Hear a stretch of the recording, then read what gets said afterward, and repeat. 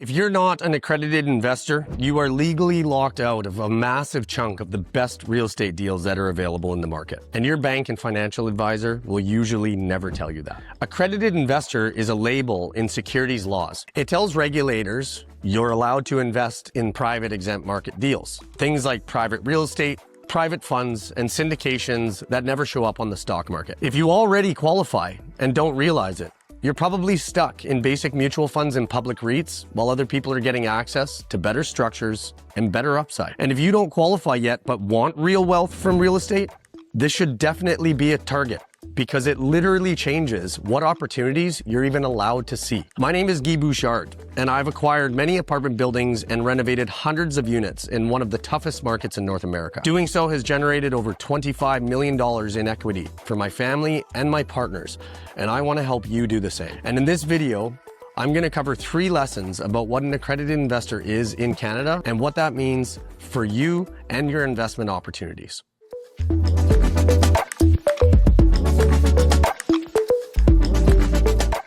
Let me give you a real life example. I've raised millions of dollars of capital over the years for many different types of deals. And what I've learned over the years is that most of the people that are investing into real estate on a regular basis, they usually know what an accredited investor or non-accredited investor is because it's kind of the gatekeeper questions that are required before you go and invest. But what I also found was that a lot of people that are just beginning to dabble or navigating through the complexities of the real estate market have absolutely no idea what that means. And that's a dangerous thing because unless the people that are actually receiving money from you are telling you or teaching you or guiding you in the right direction, you actually are completely subject to the risks associated with putting your money or your time in the wrong place. And so are the people that are receiving money. So if you're an operator that is out there trying to raise capital for your deals, these things apply to you more than ever because you have to understand how you're actually able to go and receive money and who you can receive it from. And so this information is going to be applicable no matter where you're at in your investing journey. But usually when you run the numbers with an investor, it helps them understand and realize for the first time what deals they're even allowed to invest into. And so the deals that I have generated have been for both accredited investors and non-accredited investors. And the difference is all based on the income, your net worth, and the cash and liquid assets that you have. But nobody has ever explained that to most of the people that I've talked to. So they were still parked in high free mutual funds instead of even looking at quality real estate investment opportunities for the ones that do qualify as accredited investors. And some who don't qualify as accredited investors are putting money into deals that they shouldn't be putting money into. So let's break down exactly what an accredited investor is in Canada and the United States, and what it changes for you. Lesson 1, what accredited investor actually means. It means that you're generally considered an accredited investor if you meet any one of the following tests. For individuals, the big 3 are, number 1, the income test. Your income before tax as a single individual has to be over $200,000 in each of the previous 2 years of your tax filings. Or you and your spouse together were over $300,000. And you reasonably expect that to be the same for the following tax year. The second thing is your financial assets. You alone or with your spouse have more than $1 million in financial assets. Now that's cash and securities before tax and net of any loans tied to those assets.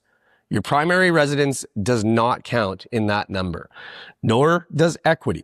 It is typically your RSP or your Roth IRA savings. It's your mutual funds, cash, all of those things that are liquid and immediately accessible. The third one is your net asset test. You alone or with your spouse have at least $5 million in total net assets. That is everything you own minus everything that you owe. That's also known as your net worth statement. And if you hit any one of those 3, then regulators basically say you're sophisticated enough to choose higher risk, higher opportunity deals without a prospectus. Now, I will say that I have seen people that are non-accredited by definition and have far more education, experience, and sophistication in the real estate market. And I've seen accredited investors that far exceed the definition, that have never even invested into real estate before. And that's the part that you have to be very, very cautious about. Just because you check one or both of these boxes doesn't mean that you totally understand the risks that are associated with the deal. So just know that the definition is based on numbers and it's not based on experience, which I think is a massive flaw in the definition. But hey, who am I? If you're finding this information relevant to your journey, I'll send you the exact blueprint that I use to create $25 million of equity through my value add strategy.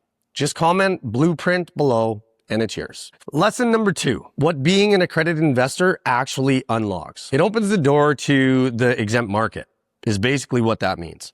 And that means you can now access things like private real estate funds and syndications, development deals and value add apartment buildings, private equity, private credit, and other offerings that just simply aren't available to the general public. These investments often have more creative structures, better alignment, and a lot more potential upside than what you see on a bank's investment shelf. And there's no specific number or range, but the approximate number in the non-accredited market is usually offered at somewhere between 6 and 12%. That's generally what's offered to the general public. And private equity markets are typically offering things at 15% annual and above that. And so you can see that it obviously has a stark difference in the potential offerings that you're going to see, but it also comes with its risk. But here's the catch. More access doesn't mean less risk. You actually get less liquidity, less standardized disclosure, and a much bigger penalty if you back the wrong operator or a bad deal. So accredited investors don't just need more opportunities, they need better due diligence. Lesson number 3, what if you're not accredited yet? If you're not accredited yet, this isn't a verdict, it's feedback. It basically means one of 3 things. Your income isn't at the threshold, your investable assets aren't built up yet, or both. You can still buy your own rentals or small multifamily, invest in public REITs and listed real estate companies. In some provinces, use eligible investor exemptions with limits to get into certain private deals. But most importantly, you can design the next 3 to 5 years to move toward accredited status by growing your income and consistently building financial assets instead of leaving everything trapped as dead equity in your home. Think of accredited as a deliberate target in your wealth plan, not a status symbol. It's a key that opens more doors.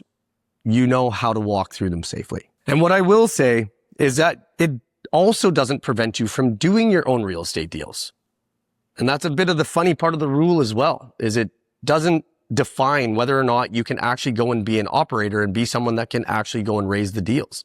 If you want to be a general partner and you want to go and structure your own real estate investments so that you can go and raise capital to do your own deals, then that's totally available to you.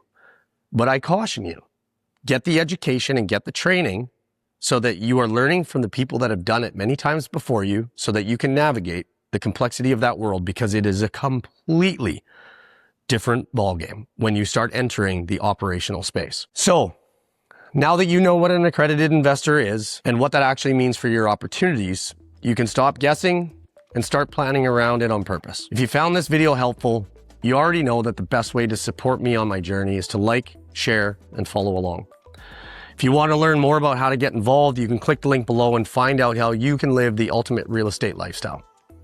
Love you guys, and see you on the next video.